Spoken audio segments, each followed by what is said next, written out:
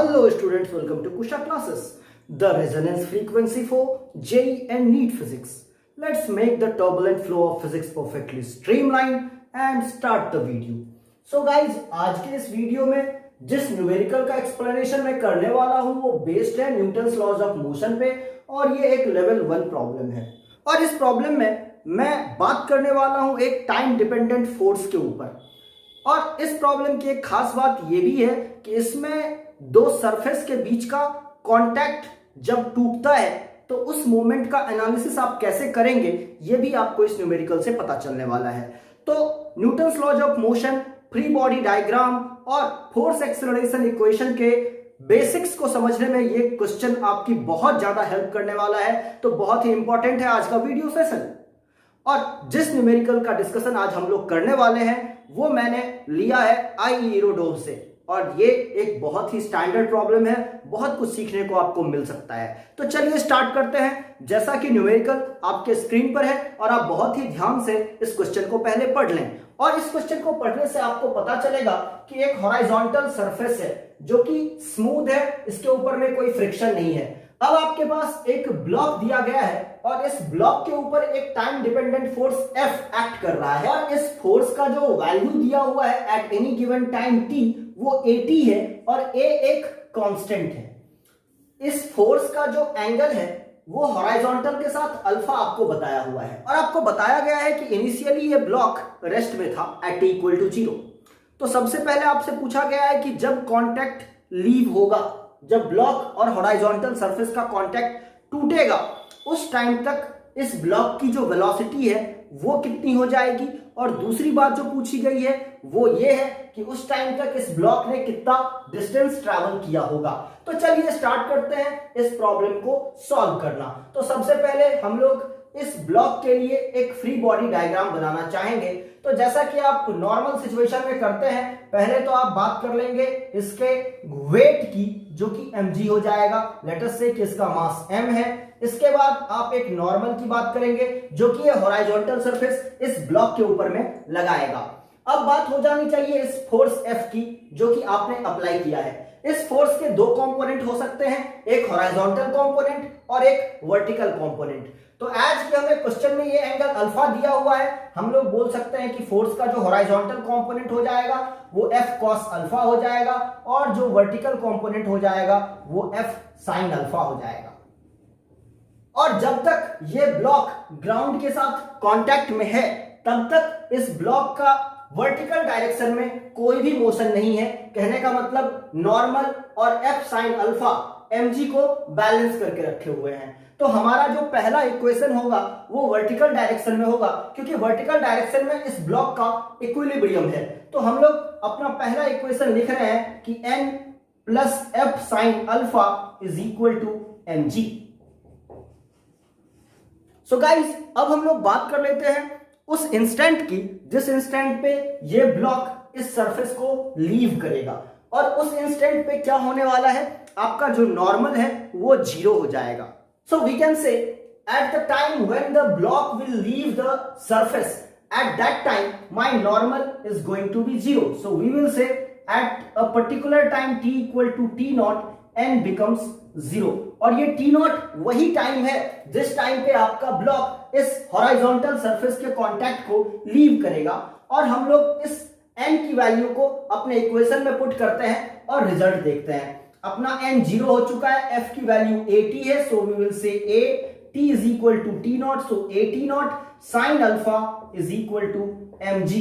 और यहां से हम लोग t naught की वैल्यू कैलकुलेट कर सकते हैं and t naught is going to be mg upon a sin alpha।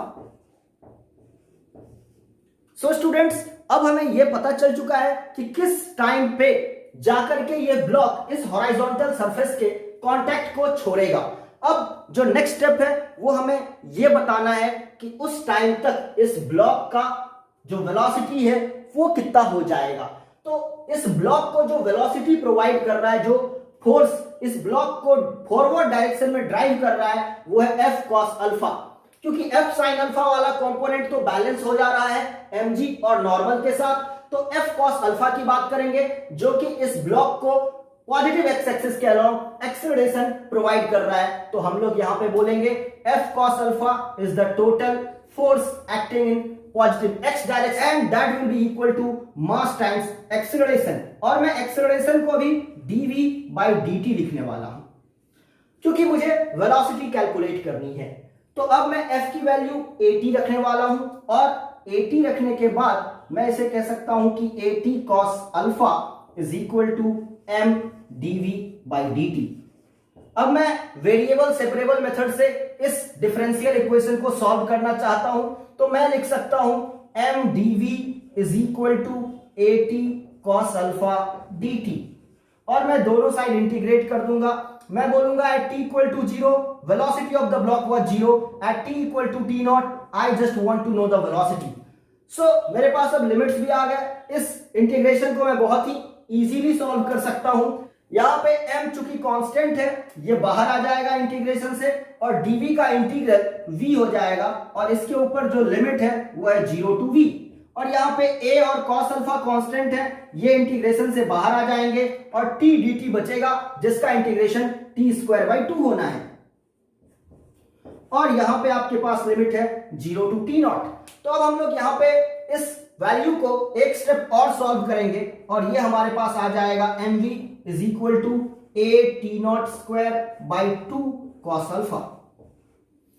अब मैं यहां से v की वैल्यू कैलकुलेट कर सकता हूं and v is going to be a t naught square cos alpha by 2m और t naught की वैल्यू मैंने पहले ही कैलकुलेट कर रखी है, इसीलिए मैं इस t naught की वैल्यू को यहां पर सब्स्टिट्यूट करने वाला हूं और जो रिजल्ट मुझे मिलेगा वो हो जाएगा a cos alpha by 2m, ये पहले से है और t naught के जगह पे मैं इस चीज को लिखने वाला हूं, तो ये हो गया mg by a sin alpha और इस चीज का होल स्क्वायर। उस मोमेंट की वेलोसिटी जिस मोमेंट पे ये ब्लॉक इस सरफेस के कांटेक्ट को लूज करेगा, that would be equal to a cos alpha m square g square by 2m a square sin square alpha। और जैसा कि आप देख सकते हैं इसमें कुछ टर्म्स कैंसिल होने वाले हैं, जैसे ये a और इसका ये स्क्वायर, m स्क्वायर का स्क्वायर और ये m और फाइनली जो आंसर मुझे यहां से मिल रहा है that is equal to mg square cos alpha by 2a sin square alpha. तो ये उस मोमेंट की वेलोसिटी हो गई जिस मोमेंट पे ये ब्लॉक इस सरफेस के कांटेक्ट को लूज करेगा। सो गाइज अब मुझे बात करना है distance travelled by the block between t equal to 0 to t equal to t naught और उसके लिए मुझे velocity as a function of time चाहिए और फिर मैं वेलोसिटी को dx बाई dt के फॉर्म में लिखूंगा और वहां से एक डिफरेंशियल इक्वेशन मिलेगा जिसे सॉल्व करके मैं डिस्टेंस की वैल्यू कैलकुलेट कर सकता हूं। तो सबसे पहले सेम इक्वेशन से हम लोग प्रोसीड कर रहे हैं, f cos alpha is equal to ma और यहां पे जो डिफरेंशियल इक्वेशन बन रहा है उसमें मैंने बस चेंज ये किया है कि मैं 0 से किसी जनरल टाइम t की बात कर रहा हूं और मैं वेलोसिटी 0 से किसी जनरल वेलोसिटी v की बात कर रहा हूं, मतलब कि मुझे at a given time t velocity पता करनी है। हम लोग सेम काम करेंगे, इस डिफरेंशियल इक्वेशन को सॉल्व करेंगे और मेरे पास जो वैल्यू आएगी वो होगी m into v and that would be equal to at square by 2 cos alpha। So guys अब मुझे यहां से v की वैल्यू मिल जाएगी and I can say my v which is also equal to dx by dt and that thing is equal to at square cos alpha by 2 और ये m आ जाएगा so 2m। अब मैं dt को RHS में ले जाऊंगा और ये जो एक्सप्रेशन मेरे पास आएगा वो होगा dx is equal to at square cos alpha by 2m into dt। अब मैं दोनों साइड इंटीग्रेट कर दूंगा, मैं बोलूंगा at t equal to 0 the x position was 0, at t equal to t naught new x position is x। so left hand side का जो integration है वो मुझे नेट डिस्प्लेसमेंट और the net distance travelled by the block बता देगा। तो चलिए इस चीज को एक स्टेप फर्दर आगे लेके चलते हैं। तो हमारे पास नेट डिस्प्लेसमेंट x आ गया और a cos alpha by 2m एक कांस्टेंट है, ये इंटीग्रेशन के साइन से बाहर आ गया। अब आपके पास t स्क्वायर dt बचा हुआ है, इसको आप t क्यूब बाई 3 लिख सकते हैं और आपके पास जो लिमिट्स हैं वो 0 टू t नॉट है। अब मैं एक स्टेप इसको आगे सॉल्व करता हूं तो ये हो जाएगा a cos alpha by 2m into T not cube by 3। अब मैं टी नॉट की वैल्यू को यहां से सब्स्टिट्यूट करने वाला हूं तो मेरे पास जो फाइनल आंसर आएगा वो होगा a cos alpha by 6m और टी नॉट का cube which is m cube g cube upon a cube sine cube alpha.